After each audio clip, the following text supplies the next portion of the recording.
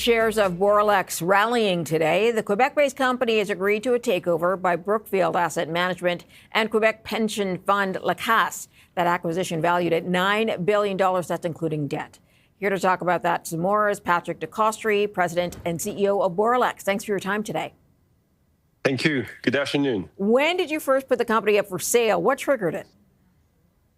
Essentially, we were thinking to find the best tool to deliver our strat plan. We have a lot of great projects in Quebec, in Canada, in France, in the UK, and in the US, and we have to have the tool to finance them. And one way to finance them is to have debt, but also to have equity. And on the market, you're never sure it will be aligned. So we decided to start that during the summer of thinking about this, and we start a competitive process with the board and a special committee in the fall, actually.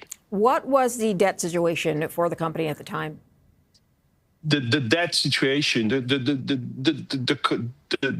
company, the debt is not an issue for us because we can raise debt on long-term contract because we're contracting with company like Hydro-Québec or ISO or in between 20 to 30 years. So the question is more to raise the equity and to be sure that at the time you need equity for the next years, we want to invest $7 billion in the next years, and we need $500 million of equity, which is a huge amount. And you're never sure that the planet will be aligned at the time when you do this financing.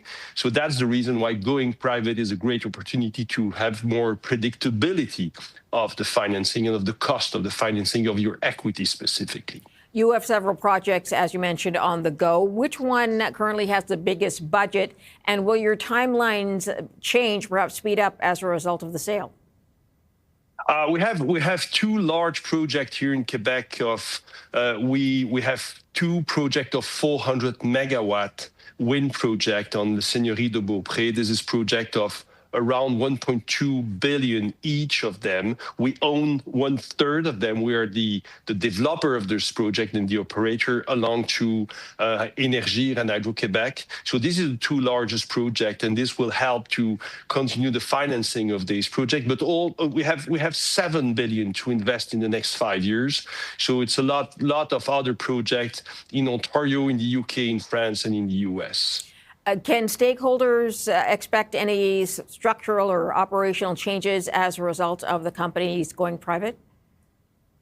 Essentially, what is giving to the company is the certainty of being able to finance this project. So I think for all the stakeholders, it's a good news because it will make Boralex stronger with two strong sophisticated financial partner with La Caisse and Brookfield, obviously. And Brookfield will also bring some, skills and scale in the business because it's a worldwide investors. So for the stakeholders, it's a good news. Boralex would be more present. There is no change on the head office that is in Montreal, on the leadership team, and on the team more globally. So this is also a very good news. Okay, so you're talking about equity. You're talking about now having, I guess, the certainty to go ahead with the investments for the projects that you want to do. Do you expect any headwinds to get in the way of this deal?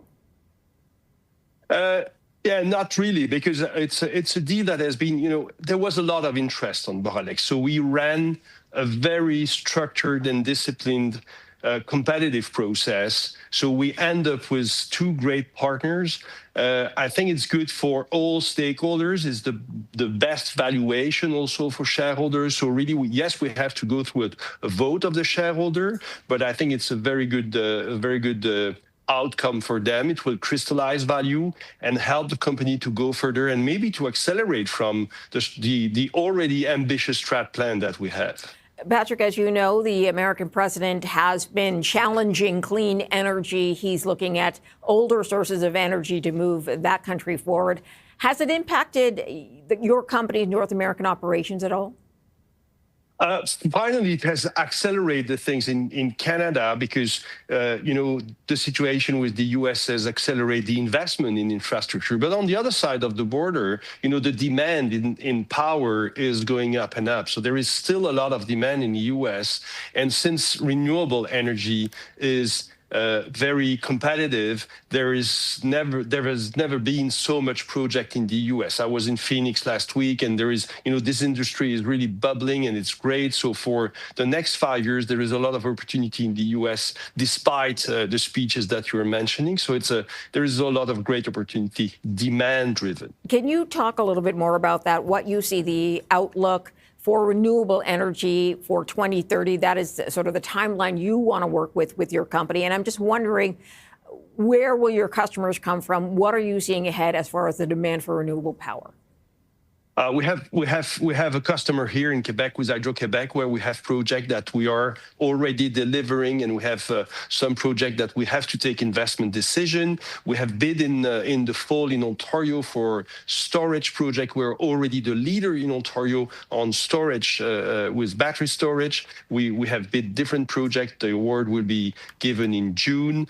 We have bid also some wind projects. So a lot of things in Canada. In the state of New York, we have some solar project to be financed and built, and we have won many projects also in the UK and France on the last tenders. So a lot of things in all jurisdictions, and that's the reason why we need to finance them and deliver them and be sure that we have certainty on this side. Has a date yet been set for the shareholder vote? No, not yet. Okay, so that is still to come. Got it. Patrick Decostre, thank you very much for joining us today, sir. Appreciate your time. Thank you.